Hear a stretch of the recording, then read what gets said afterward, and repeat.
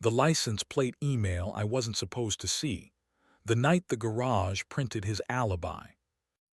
At 9:07 p.m., my inbox sighed and handed me proof. The subject line was tidy and proud, the way receipts are when they think they've done you a favor. Exit confirmed the Perseid garage. Below, the message body smiled with mechanical warmth. Hi Alex, your vehicle K7D913 exited at 9:01 p.m. from level B, guest ELEVATORS. Thank you for choosing the Perseid. There was a thumbnail, my own license plate glowing in a square of concrete, like a miniature confession trying out a new voice. Mason had left an hour earlier with the kiss you give a life you trust to be where you left it. Wrap toast, he'd said, 2 words that turned celebration into paperwork. Then notes with Ilan about the sound design. Don't wait. He said it in the smooth calendar baritone he uses when he's trying to usher the night into a meeting and out again before anyone asks questions. We share the usual logins, loyalty numbers, parking apps, the ghost email that politely collects coupons, and the occasional mistake. The garage had remembered us and told on him like a secretary who likes to keep a tidy desk. I stood in the kitchen with the oven doing its cinnamon thing and the email tagging me legally. The phone vibrated again with a polite addendum. Complimentary validation applied bar greenhouse access via guest elevators. The word greenhouse twitched something in my chest. The Perseid's rooftop is a glass garden hung over half the city. It rinses the air and returns it dressed. If someone wanted to be viewed and hidden in the same breath, that's where he'd go. I didn't text him. Some nights you learn more by walking than by typing. I put on the jacket that knows how to stay quiet and let the door ease itself shut behind me, soft as an agreement I wasn't ready to name. The Perseid lobby was full of expensive restraint, brass that would never oxidize, plants that stood like disciplined rumors, a piano in the corner practicing the absence of blame. The concierge looked up with the careful mercy of someone who counts confessions like tips and never spends either in front of you. I gave the elevators my reflection and rode up with the kind of certainty that buys you 30 seconds of anonymity per floor. The greenhouse bar lived 2 stories above the roof, inside a glass box that pretended to be weatherproofed honesty. String lights were strung like an argument the city had agreed to rehearse together. Across the room, at a table near the fig trees, Mason sat with Ilan, sleeves rolled, his hands drawing sentences in the air. Ilan listened with that sound man stillness that makes people believe they're being heard even when they're trying not to speak. Between them, 2 coupe glasses, the pale pink of a lie trying to be charming. The green threw their faces into unusual honesty. I watched for a count of 8 and then went where jealousy and dignity agreed on a compromise, the guest elevators. Down 2 floors the corridor smelled like clean linen and everyone's second thoughts. The garage email had said guest elevators, which meant he'd come straight up from the car. I took the long way to level B because the long way lets your speeches audition and fail in private. Concrete held the day's heat the way old arguments do. Somewhere a fan insisted on its usefulness. The elevator bank waited with its small eyes closed. I pressed the call button, and the door slid open with the kind of courtesy a building acquires after years of watching people try to beat it with charm. The car was empty, but for the smell of his cologne, cedar and salt, and the sort of persistence you can mistake for character if you're not careful. I stepped in. The mirror wrote my name backward and tucked it behind my ear like a dangerous earring. When the doors parted on the 31st again, I wasn't surprised to find the greenhouse bar had learned a new arrangement. The glasses nearer, the laughter lower, Ilan leaning the fraction you can call accidental until it is. He saw me first because love is a fast algorithm. He recovered second because Mason is better at rehearsals than I am. Alex, he said my name with the softness of a receipt. You made it. Traffic, I said, because jokes are the leash I use to keep panic from running into the street. The garage sends its regards. Level B apparently misses me. Ilan had the grace to smile with his eyes only. I was just leaving, he said, which is the kind of sentence rooms like to pretend they invented. Early call. Alex, right? I'm Ilan. He stood, and in the narrow second before he put his hand out, I recognized his wrist from a hallway in June when the building smelled like paint and hope. He didn't extend the handshake. He smiled the small, correct smile men employ when their bodies don't belong to them yet. Pleasure, he said, and let the word mean all the things it wanted to without touching me. Stay, I said, and both of them blinked like I'd changed the lighting. Or don't. I just need to borrow him where glass can't perform neutrality.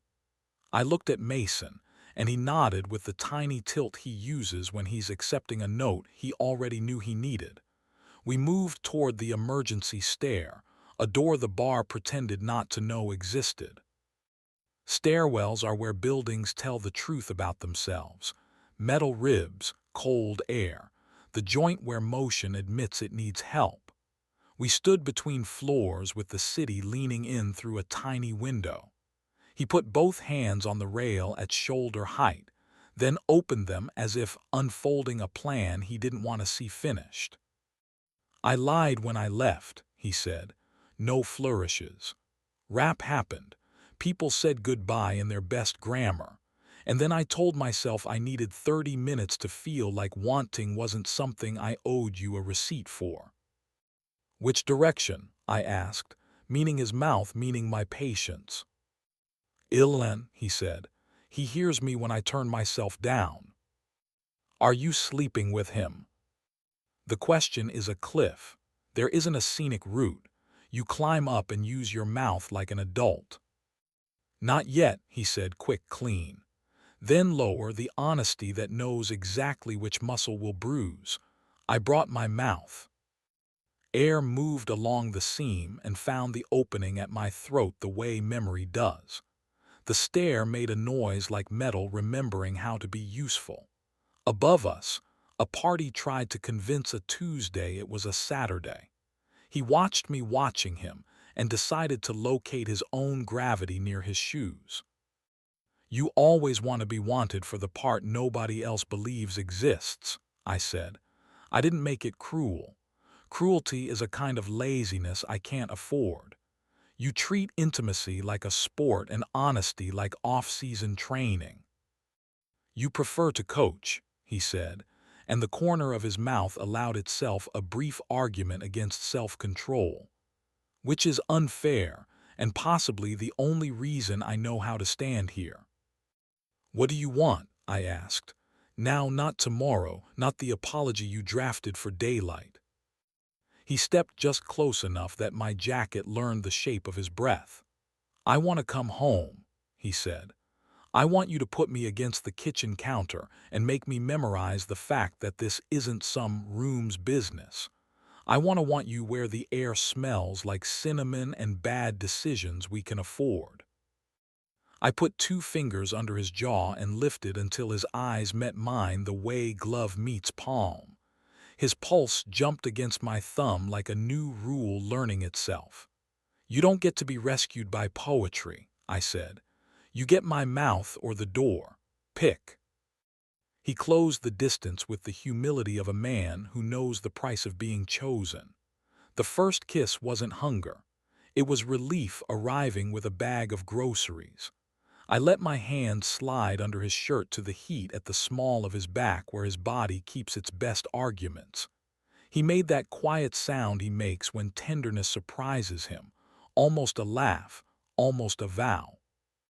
The stair metal pressed a suggestion into his spine and promised to return it later by way of bruise. He arched just enough to accept. The city beyond the narrow window pretended not to be nosy. I used my mouth to tell him he wasn't allowed to think. I stopped before the room could pretend to be a witness. He breathed my name into the space our bodies had agreed to keep friendly. "Come home," I said. "We will do the sentences in the morning where verbs cost more and are worth it." He nodded, and the nod was a hinge rediscovering purpose. We returned to the greenhouse to find Ilan gone and a check standing at attention like a polite soldier. Mason tucked a bill under the glass because we were still the kind of men who tip even our mistakes. The concierge counted nobody as we crossed the lobby. Outside, the night had finally learned how to mind its own business.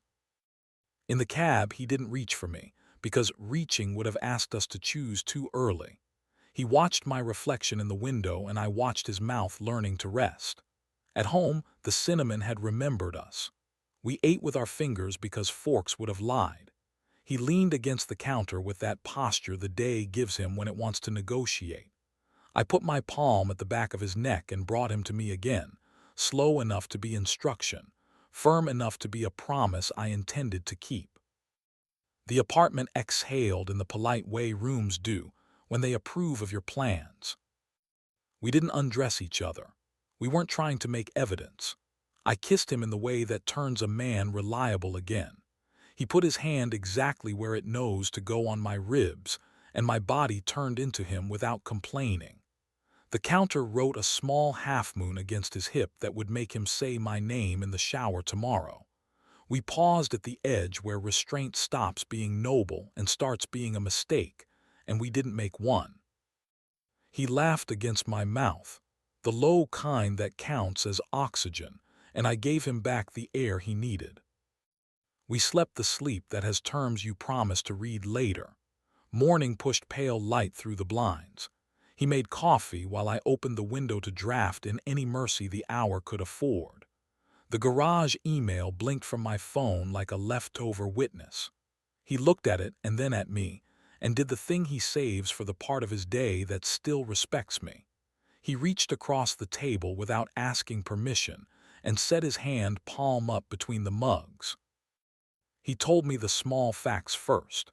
The mix took longer. The rooftop made the city feel manageable.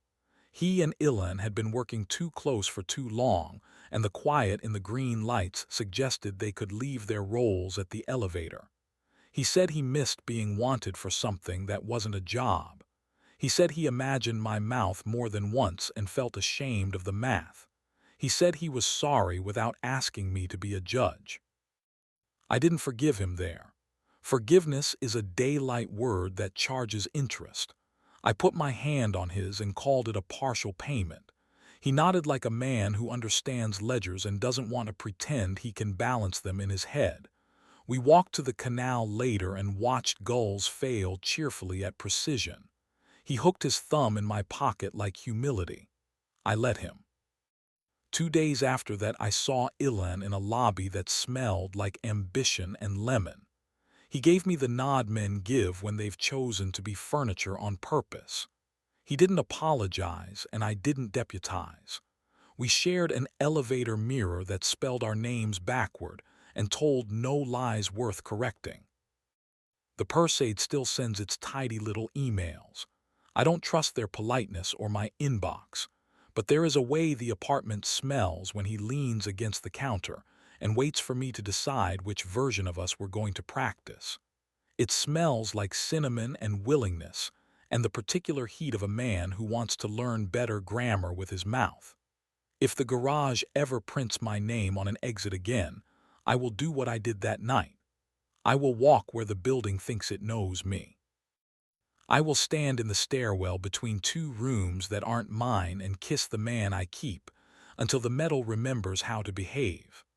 I will take him home and let our door, stubborn, loyal, beautifully local, remind us both that the only entrances worth trusting are the ones that open from the inside.